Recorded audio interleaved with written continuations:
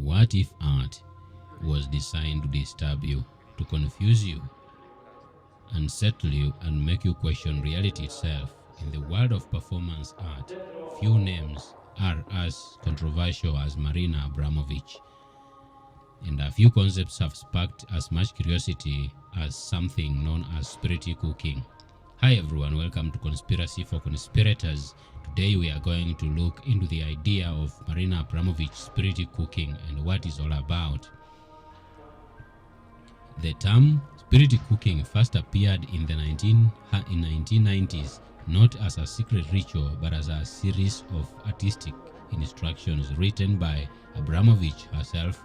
These recipes included strange phrases like mix fresh breast milk with fresh sperm milk, drink on earthquake nights, unsettling, right? Abramovic's work has always pushed boundaries, pain, endurance, vulnerability. Her goal isn't comfort, it's confrontational. Like many performing artists, she uses shock and symbolism to force the audience to react, to feel something even if it's uncomfortable. Uses this idea of art to tap into demonic fields and bring forth whatever she thinks will unsettle the audience. It is purely demonic when you look at the representation of her idea. Even the recipes mixed, a mix of breast milk and sperm milk mixed together, drunk or eaten on earthquake nights. It's completely ritualistic. You can't say this is art. We have to have a limit between art and what is purely spiritual. So why did spirit cooking become so controversial? Years later, the phrase resurfaced online. People began interpreting it as something hidden, something secretive, something ritualistic, which is true. People have been looking at it and saying we must have a boundary between art and spiritualism. You might combine the two, but not to the extremes as Marina Abramovic. The language sounded symbolic, even occultic-like, and in the age of the internet, context is often lost. It is not lost. People interpret these things how they see it, and they are not wrong. When you look at the presentation of her meals, and how she arranges her table, and how she arranges her houses, and the guests she invites around, and how they dress, and how they present themselves, it is purely ritualistic. You can't call it art. In reality, spirit cooking was presented as art, a mix of poetry, performance, and surreal instructions, not a documented real-world practice. But because the imagery is so intense, it leaves room for interpretation, and interpretation can quickly become speculative.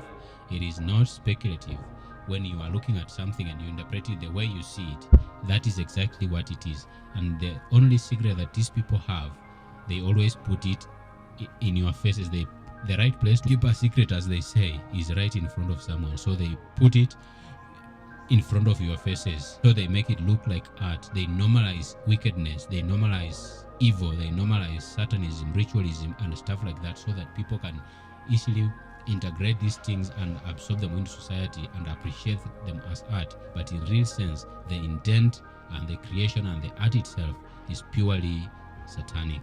Abramovic herself had said her work exists between the physical and the mental. You understand? That is spiritual. That's why we're saying this is purely demonic. Between reality and perception. And that is where the tension lies. Because when something isn't clearly defined, people begin to fill in the gaps. And when she says it is between the physical and the mental, she means it is spiritual. The presentation of her images is very gross, very crafty, so it is bad representation of art.